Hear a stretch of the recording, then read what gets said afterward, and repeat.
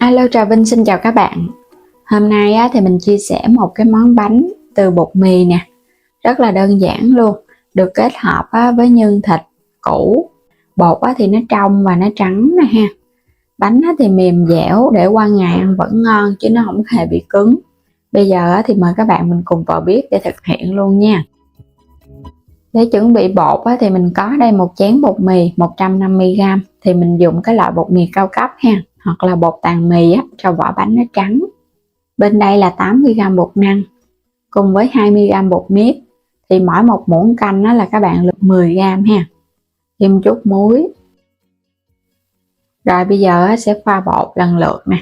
Các bạn sẽ cho 80g bột năng, 20g bột nếp là 2 muỗng canh một chén bột mì, thêm chút muối cho bánh nó đậm đà. Rồi cái mình trộn đều nó lên cho ba loại bột nó hòa quyện với nhau, cũng như là muối nữa đó.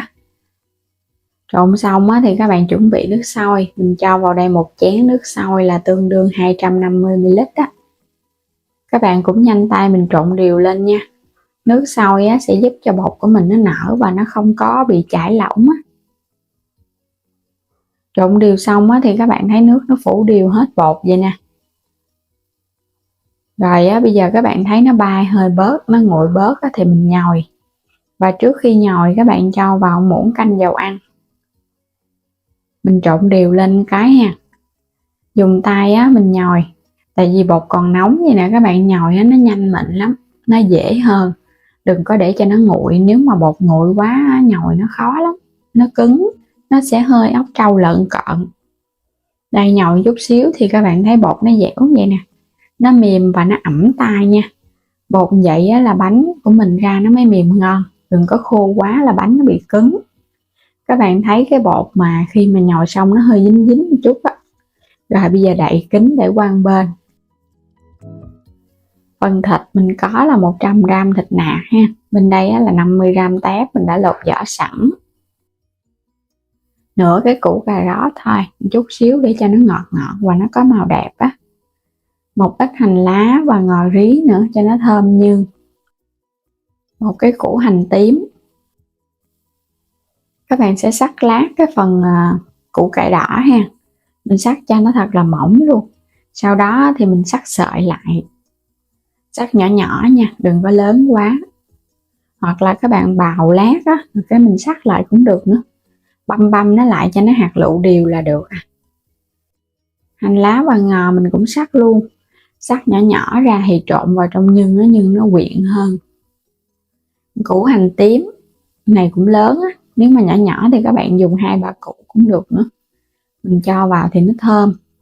Băm nó ra cho nó nhỏ nhỏ một chút.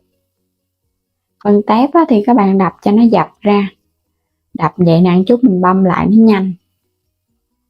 Rồi bây giờ mình sẽ băm sơ sơ lại cho nó nhuyễn nhuyễn chút. Cho cái cà rốt vào trong tô. Tiếp theo là thịt nè.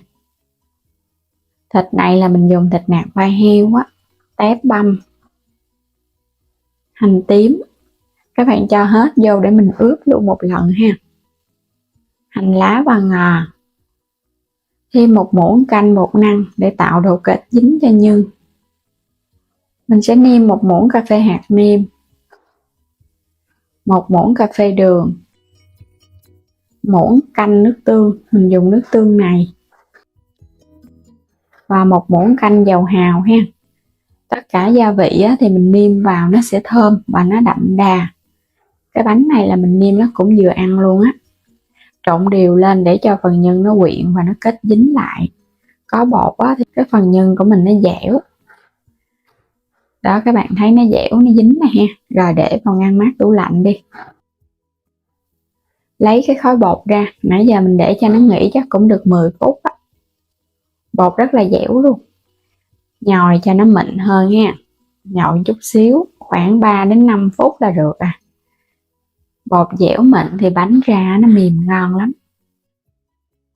Rồi bây giờ mình chia bột luôn ha, lăn cho nó dài dài ra vậy nè. Các bạn phủ thêm chút xíu bột năng nữa.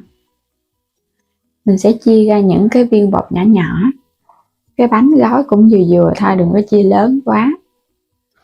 Rồi mỗi một cái viên bột thì các bạn vo tròn nó lại nha. đè dẹp ra một cái là được rồi, rồi cái mình ấn nó xuống, khỏi cần phải cán gì hết á. Vậy là đã có cái miếng bột mỏng vậy nè. Mình làm lần lượt, hoặc là mình làm cái nào mình gói cái đó cũng được nữa. Cho nhân vào giữa. Phần nhân á, thì các bạn nhớ để ngăn mát tủ lạnh ha, khi nào gói bột thì mình hãy lấy ra. Vậy thì nhân nó không có bị chảy. Mình sẽ xếp thành 4 cái cánh hoa. Cái phần tạo hình này á, thì tùy ý thích à. Thấy cái cách này dễ nên là mình chia sẻ nè. 4 cái cánh hoa, sau đó thì các bạn lấy cái tay á, mình tạo cái múi á. Các bạn tạo ra những cái múi bông giống như là cái cánh, giống như cái lá vậy đó, nó có cái múi múi. Vậy là xong một cái bông 4 cánh. Có thể làm thêm cái hình bánh quai dạ. Rồi các bạn làm lần lượt ha, thấy cách nào dễ thì mình cứ áp dụng. Làm xong hết rồi nè, những cái cánh hoa xếp vào trong cái nồi hấp thì các bạn lót ở bên dưới là miếng giấy nến để cho nó không có bị dính bánh, và xếp lần lượt vô hết luôn. Bắt sẵn nồi nước sôi, các bạn sẽ đem bánh vào mình hấp. Bánh này thì mình hấp ở mức lửa trung bình 15 phút là bánh nó chín. Đủ thời gian thì mình tắt bếp luôn ha. Các bạn thấy cái lớp bột nó trong là bánh nó chín nè. Bánh cũng nhỏ nên là cũng nhanh chín lắm. Những cái bông hoa màu trắng kết hợp ở bên trong có phần nhân nên là nhìn thấy nó cũng bắt mắt nữa. Nếu mà cái bánh này mà các bạn thích cho nó trong hơn nữa thì mình giảm cái bột mì lại mà mình tăng bột năng. Bột năng sẽ giúp cho bánh nó trong và nó trắng hơn, nhưng mà để nguội nó sẽ hơi dai. Còn bột mì nhiều thì các bạn để nguội, bánh ăn vẫn mềm dẻo chứ nó không có dai. Và trước khi lấy bánh ra, các bạn thoa lên chút dầu ăn vào những cái cánh bông thì khi để nguội nó không có bị khô. Khi ăn thì mình cho thêm chút xíu hành phi lên trên nữa để tăng thêm cái hương thơm cho bánh. Đây, một cái bông 4 cánh với nhân tôm thịt. Có thể chấm nước tương hoặc là nước tương chanh đường, ớt, mình pha ra cũng ngon luôn. Bánh rất là dẻo các bạn, mềm dẻo, nhưng thì nó đậm đà nè.